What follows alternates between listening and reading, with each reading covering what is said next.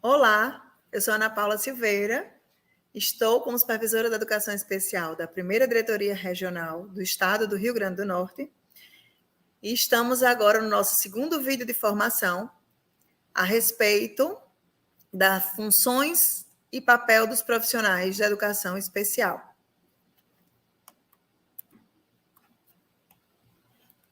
Vamos lá.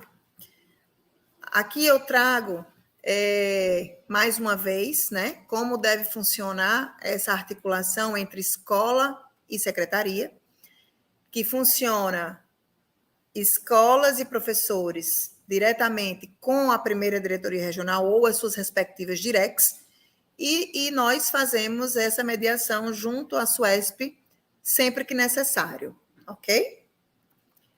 Então, nós trazemos aí qual a diferença entre função e papel.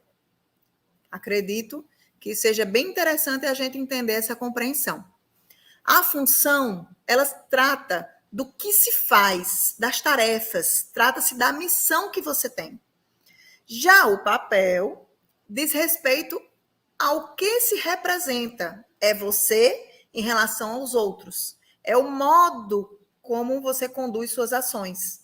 E isso faz toda a diferença no processo de inclusão nas escolas, tá? Se a gente vai ser só meramente o profissional que faz as tarefas, que executa as tarefas, ou se realmente a gente vai trazer significado para este processo, né? Da forma como nós iremos conduzir nossas ações, nossas articulações, nossas mediações com a comunidade escolar como um todo. E aí a gente vem de forma um pouco mais específica do que no vídeo anterior, o que deve fazer este profissional da educação especial? Aquele que atua em sala de aula. Primeiro, o professor ele é aprovado por concurso efetivo ou por processo seletivo para o cargo de professor da educação especial em formação de pedagogia básico, tá? Isso pelo edital do primeiro concurso que tivemos no estado em 2015. O que deve fazer? Primeiro, colaborar com o professor titular na mediação do processo de ensino-aprendizagem do educando. Segundo, atuar de forma articulada com os demais professores da sala de ensino comum e da sala de recurso multifuncional, quando houver, e coordenação pedagógica. Terceiro, participar das atividades promovidas pela comunidade escolar, colaborando para a plena participação do estudante com NEE. Outra, realizar o planejamento sistemático com a equipe pedagógica da escola e com os professores da classe de ensino comum e da sala de recurso multifuncional, mediado pela coordenação pedagógica. Esta é a proposta ideal de planejamento, tá? Que a gente entende que também vai para o processo de planejamento colaborativo, que todos podem contribuir com a construção dele, certo? Elaborar o plano educacional individualizado, no caso o PEI, a partir de contribuições e orientações da equipe pedagógica da escola, tá? Outra, redigir relatório semestral apresentando os objetivos trabalhados durante o semestre e as necessidades específicas, possíveis avanços e retrocessos do estudante nos aspectos acadêmicos, relacionais, de autonomia e participação, tá? Então, todas essas atribuições faz parte do fazer do professor da educação especial. Quanto mais o professor conseguir se articular com os demais profissionais da equipe, da escola em que ele atua, melhor será este processo, este planejamento para o aluno que precisa de um atendimento educacional especializado, tá? Em seguida, nós temos o professor da sala de recursos multifuncionais, que devem ser, como foi dito também no vídeo anterior, o profissional deve possuir pedagogia ou alguma licenciatura e apresente cursos na área da educação especial com no mínimo 180 horas e que passe por uma entrevista com a supervisão da educação especial da DIREC. ok? O que deve fazer esse professor? Este profissional deve atuar em um espaço físico, com mobiliário, materiais didáticos, recursos pedagógicos, acessibilidade e equipamentos específicos, onde é realizado o atendimento educacional especializado para estudantes da rede pública da educação especial, matriculados na escola regular de ensino, e deve ser atendido em seu contraturno, com horário agendado. Geralmente, acontecem 2 dias por semana, sendo encontros de 50 minutos cada. Isso pode variar de acordo com a necessidade do aluno, ok? Se é 1 dia, 2 dias, 3 dias. E esse aluno também pode estar matriculado seja no município ou seja na rede estadual. Segundo, o atendimento educacional especializado tem como função identificar, elaborar e organizar recursos pedagógicos e de acessibilidade que eliminem as barreiras para a plena participação dos estudantes, considerando suas necessidades específicas.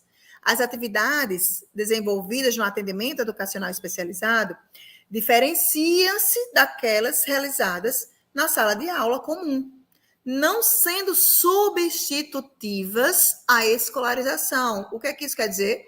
Que o aluno não pode só frequentar a sala de recurso multifuncional, ele tem que estar frequentando a sala de aula regular, em seu turno matriculado, ok?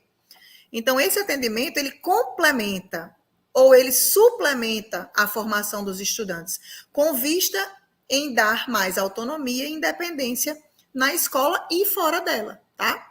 Claro que, em alguns casos, esses alunos também vão precisar de um suporte externo à escola. E as famílias devem providenciar, ok?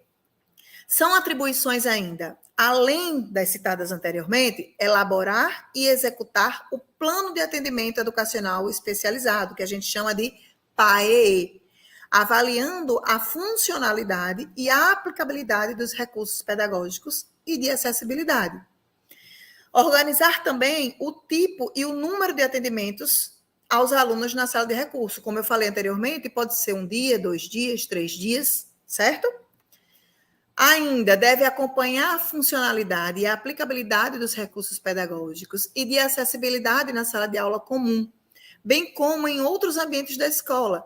O professor da sala de recurso, ele deve observar que tipo de apoio este aluno venha a precisar no seu processo de aprendizagem. O aluno que tem deficiência auditiva vai precisar de um intérprete ou vai precisar de um outro suporte. O aluno que tem deficiência visual vai precisar de avaliações que tenham letras ampliadas, vai precisar de uma instrumentação diferenciada dos demais alunos. Então, ele precisa estar atento a essas necessidades, tá? Estabelecer parcerias com áreas intersetoriais na elaboração de estratégias e na disponibilização de recursos de acessibilidade. A escola, gente, ela tem suas limitações, né? Então, a gente precisa criar uma rede de apoio, seja ela da assistência social, da saúde e de outros setores que possam contribuir com essa acessibilidade, ok? Orientar professores e famílias sobre os recursos pedagógicos. Isso também é muito importante, essa articulação com toda a comunidade escolar. Ensinar e usar recursos de tecnologia assistiva, tais como tecnologias de informação e comunicação, a comunicação alternativa e aumentativa, a informática acessível, o Soroban, os recursos ópticos e não ópticos, os softwares específicos, os códigos e linguagens, as atividades de orientação e mobilidade, entre outros, tá? Promovendo sempre a autonomia desse aluno. Estabelecer ainda articulações com os professores de sala de aula comum, visando a disponibilização dos serviços, dos recursos pedagógicos, de acessibilidade dessas estratégias. Promover também atividades e espaços de participação da família e a interface com os serviços setoriais da saúde e da assistência social, como eu falei há pouco. Então, como vocês veem, o profissional que atua na sala de recurso multifuncional, ele não deve se limitar apenas aos atendimentos marcados e agendados com os alunos. ele deve participar de todo o processo de orientação, de formação, inclusive, dentre todos os profissionais que atuam na escola, professores, funcionários, os colegas desses alunos, né? Equipe gestora, família, ok? Em seguida, nós temos aí professor tradutor intérprete de Libras. Este profissional, ele deve ter licenciatura plena em letras Libra e ou licenciatura plena em qualquer área de conhecimento com certificação Prolibras ou pós-graduação em Libras fornecido por instituições de ensino superior reconhecidas pelo MEC. Dito isto, nós temos aí como atuação dos professores tradutores e intérpretes de Libras. Atua em sala de aula, junto ao estudante, na tradução dos conteúdos e do que se fizer necessário.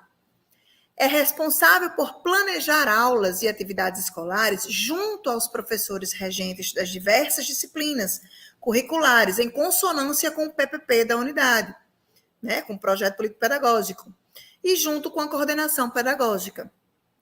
Traduzir e interpretar em Libras as aulas ministradas pelos professores regentes, bem como fazer atendimento educacional especializado em Libras, reforçando os conceitos dos conteúdos curriculares e o aprendizado da língua portuguesa como L2 nas unidades de ensino onde encontram matriculados alunos, ok? Então, este profissional estará sempre ao lado do nosso aluno da rede pública de ensino no acompanhamento das suas necessidades pedagógicas. Além disso, ele avalia o processo de ensino e aprendizagem e seus resultados no tocante a Libras, tá? Desenvolver atividades pedagógicas que valorizem a pluralidade cultural em uma perspectiva de educação inclusiva, registrar práticas escolares de caráter pedagógico, desenvolver atividades de estudo e formação de Libras junto aos professores de Libras para os profissionais da rede estadual de ensino, ou seja, o intérprete, ele também deve articular-se com os professores de Libras, caso exista em sua escola, ou em outros, como, por exemplo, o centro, como o CAIS, para promover essas formações com os demais profissionais da escola, ok? Participar de atividades educacionais e comunitárias da escola. Então, o professor intérprete de Libras, tanto quanto os outros, também não deve só estar ali limitado àquele atendimento de tradução e interpretação em sala de aula. Ele também deve estar em todos os outros contextos da escola. E o outro profissional seria o professor de Libras, que é o profissional com licenciatura plena em Libra, em letras Libra, e ou licenciatura plena em qualquer área de conhecimento com certificação Prolibras ou pós-graduação em Libras, fornecida por instituições de ensino superior reconhecidas pelo MEC. Ok? Então, este professor, ele deve atuar com estudantes com deficiência auditiva, surdez, e o corpo docente na escola, desenvolvendo suas funções no contraturno, geralmente alocado na sala de recurso multifuncional, auxiliando no processo de alfabetização e aperfeiçoamento da Libras, ok? Auxiliando no processo de alfabetização e aperfeiçoamento da Libras. Qual é o diferencial do professor intérprete de Libras? O professor intérprete vai estar em sala, fazendo a interpretação e tradução dos objetos de conhecimento das disciplinas, na sala de aula. O professor de Libras, ele vai estar num ambiente extra-sala, tá? Onde ele vai estar exatamente auxiliando neste processo de alfabetização junto com o professor intérprete, ok? Entre suas funções está planejar aulas e atividades escolares junto aos professores regentes das diversas disciplinas curriculares, em consonância com o PPP, junto também à coordenação pedagógica. Avaliar o processo de ensino-aprendizagem e seus resultados, desenvolver atividades pedagógicas que valorizem a pluralidade cultural, nessa perspectiva inclusiva, desenvolver atividades de estudo e formação de Libras para os profissionais da rede estadual de ensino, seja dentro da sua escola ou também aliando-se a outras escolas que se fizerem necessário. Desenvolver atividades também educacionais e comunitárias na escola. fazer atendimento educacional especializado em Libras, reforçando os conceitos dos conteúdos curriculares no aprendizado aí da língua portuguesa como L2. Ok? Então, esses são os 4 profissionais que atuam diretamente com este aluno, além daqueles citados no primeiro vídeo, como, por exemplo, o cuidador, que não é professor aqui, mas é um técnico de enfermagem que trabalha com nas questões fisiológicas dos alunos que precisam, certo? E os demais, todo esse trabalho, toda essa articulação, ela deve ser feita através desse processo de um trabalho colaborativo, para que todos da comunidade escolar tenham acesso a esses alunos, entendam como eles funcionam, ok? No segundo vídeo, concluímos aqui e nos encontramos aí no nosso terceiro vídeo formativo.